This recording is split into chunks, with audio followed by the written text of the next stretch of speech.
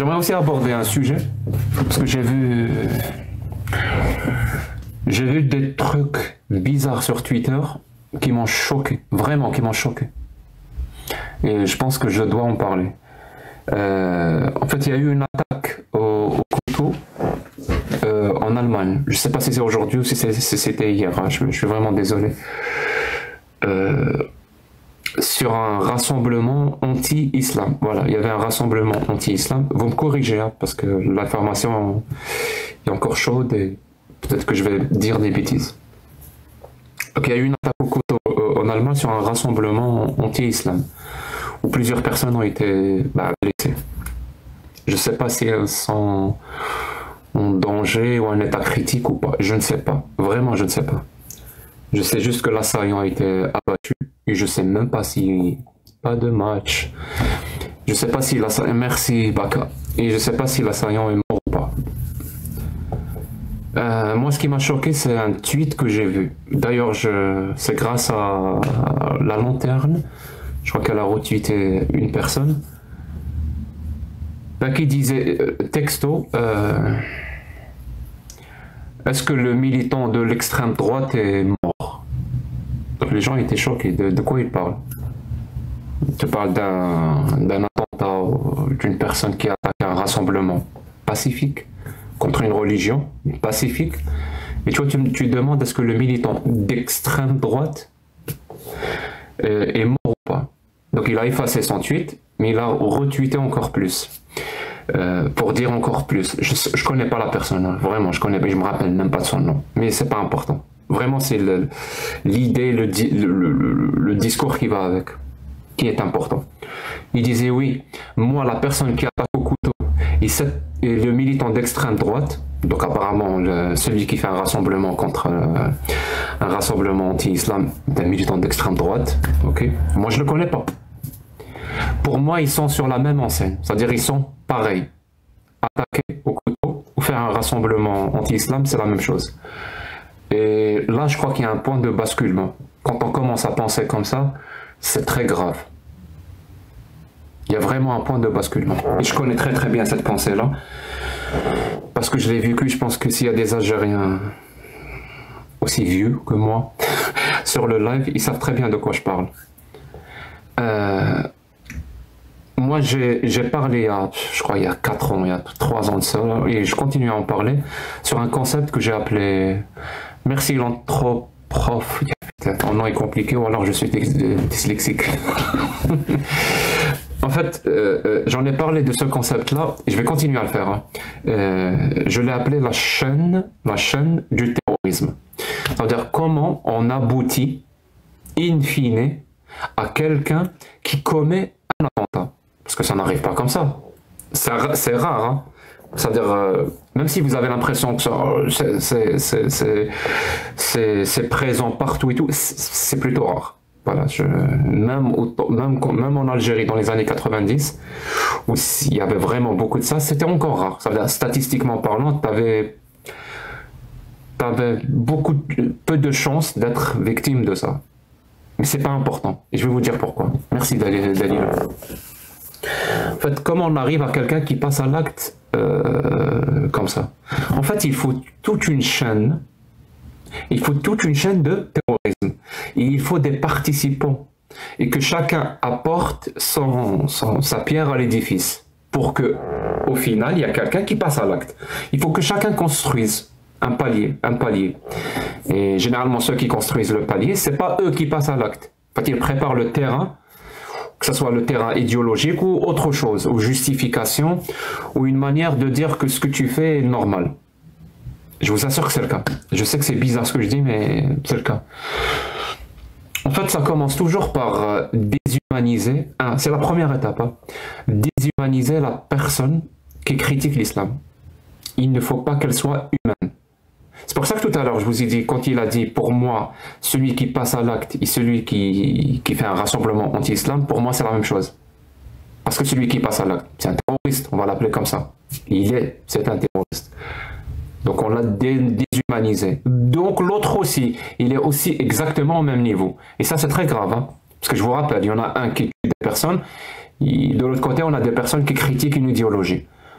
C'est-à-dire si tu arrives à les mettre sur le même plan, il y a comme un problème dans ta tête. Il y en a un qui pragmatise des personnes. Et de l'autre côté, on a des gens qui critiquent une idéologie. On ne peut pas les mettre sur le même niveau. C'est pas possible. Et si tu le fais, c'est quoi ça? Et si tu le fais, c'est qu'il y a un problème. Donc on va commencer par déshumaniser. On va d'abord commencer à dire ceux qui critiquent l'islam manquent de respect. Manquent de respect aux croyants. Ce qui est une aberration. Hein, parce que tu ne peux manquer de respect aux croyants que si tu parles d'eux personnellement. Alors que si tu parles d'une idéologie, tu ne parles pas d'eux personnellement. C'est logique. Quand je vais commencer à critiquer je sais pas moi, le communisme, ben je parle du communisme. Je parle pas des communistes. Je suis pas en train d'insulter les communistes. C'est grave. C'est-à-dire, à chaque fois que je dis Karl Marx a eu tort quand il a prononcé la phrase, un communiste va me dire ouais, tu m'attaques personnellement. Personne ne va le prendre au sérieux. Même chose pour le capitalisme. Je veux dire, Adam Smith, quand il a dit, il a eu tort, ou je sais pas, Adam Smith, dans sa vie, il a fait, il y a quelqu'un qui croit au capitalisme et qui vient me dire, je l'ai pris personnellement, pourquoi tu m'insultes? Personne ne fait ça. Alors pourquoi vous faites ça avec les religions? Moi, je sais pourquoi vous faites ça. Parce que justement, en disant que ces personnes-là, comme moi, manquent de respect à des populations énormes, en nombre des gens qui sont énormes, ben, ça veut dire que moi je suis quelqu'un de pas bien, je suis quelqu'un de méchant, je suis quelqu'un de mauvais, parce que je manque de respect et j'insulte des personnes. Donc je suis méchant. Et c'est la première étape pour déshumaniser la personne. Vraiment, c'est la première étape pour la déshumaniser. C'est-à-dire la rapprocher au niveau du terroriste. Et on y va petit à petit. Et là, on va commencer à parler de toi. Parce qu'une fois qu'on t'a identifié, on va commencer à parler de toi. On va dire voilà ce qu'il a dit, voilà ce qu'il a dit. Et généralement, c'est des paroles complètement tronquées, c'est des demi-phrases, demi-arguments, et on les sort complètement du contexte. Ça, quand on te cite, hein, quand on te cite, on le fait très très mal. Justement pour que tu passes encore pour quelqu'un qui n'est pas bien, qui est mauvais. Et là, on passe à l'étape au-dessus. On va commencer à te faire dire ce que tu n'as absolument pas dit. Il a insulté les musulmans, il a dit des musulmans ceci, cela, on commence à propager plein de paroles sur toi, justement dans le but de te rendre, de te sortir de la sphère des humains, parce que tu ne fais plus partie des êtres humains. Et là, on va aller encore une étape au-dessus, parce que quand les gens vont commencer à comprendre que tu n'es pas bien, tu es mauvais, tu insultes, ou je ne sais quoi, ben, y a des gens qui commencent à dire, bon, cette personne-là, il faudrait quand même la remettre à sa place. Et comment on le fait? Ben, on va le dénoncer. Ils vont commencer à te dénoncer. Ben, il y a d'autres personnes qui veulent faire encore plus que te dénoncer. Ils vont commencer à dire, il faut qu'il subisse des conséquences dans sa vie, comme ça il va arrêter. Donc on va chercher à savoir à identifier où il habite, je sais pas quoi. Donc pour lui mettre un petit peu de pression.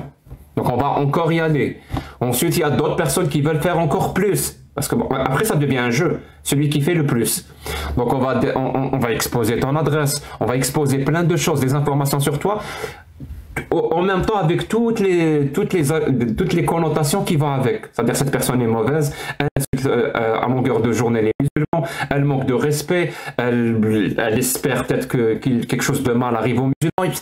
C'est bon, on t'a identifié. Et bien là, il y a une personne qui, elle veut aussi rendre justice. Mais tout a été déjà fait.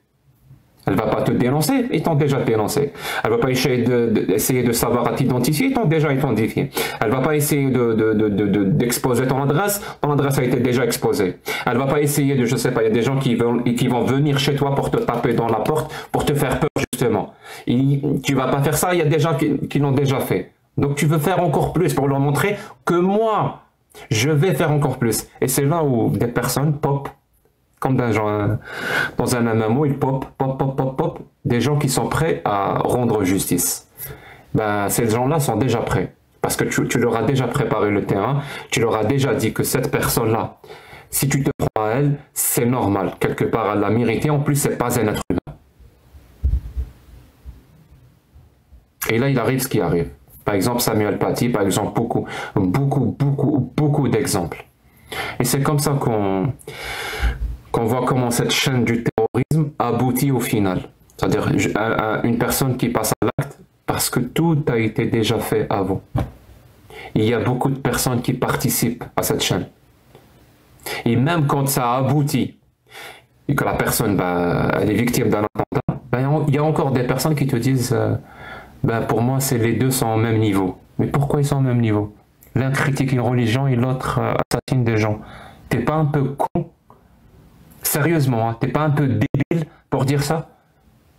Comment on dit chez nous?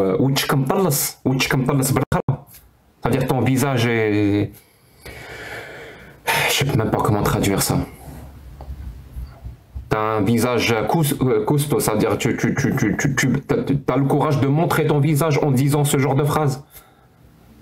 Une personne qui critique l'islam, une personne qui commet des attentats sont au même niveau pour toi. T'es pas un peu débile? C'est dans ce genre de société que tu souhaites vivre. Où des gens qui commettent des attentats, tu les mets au même niveau que des gens qui critiquent une idéologie.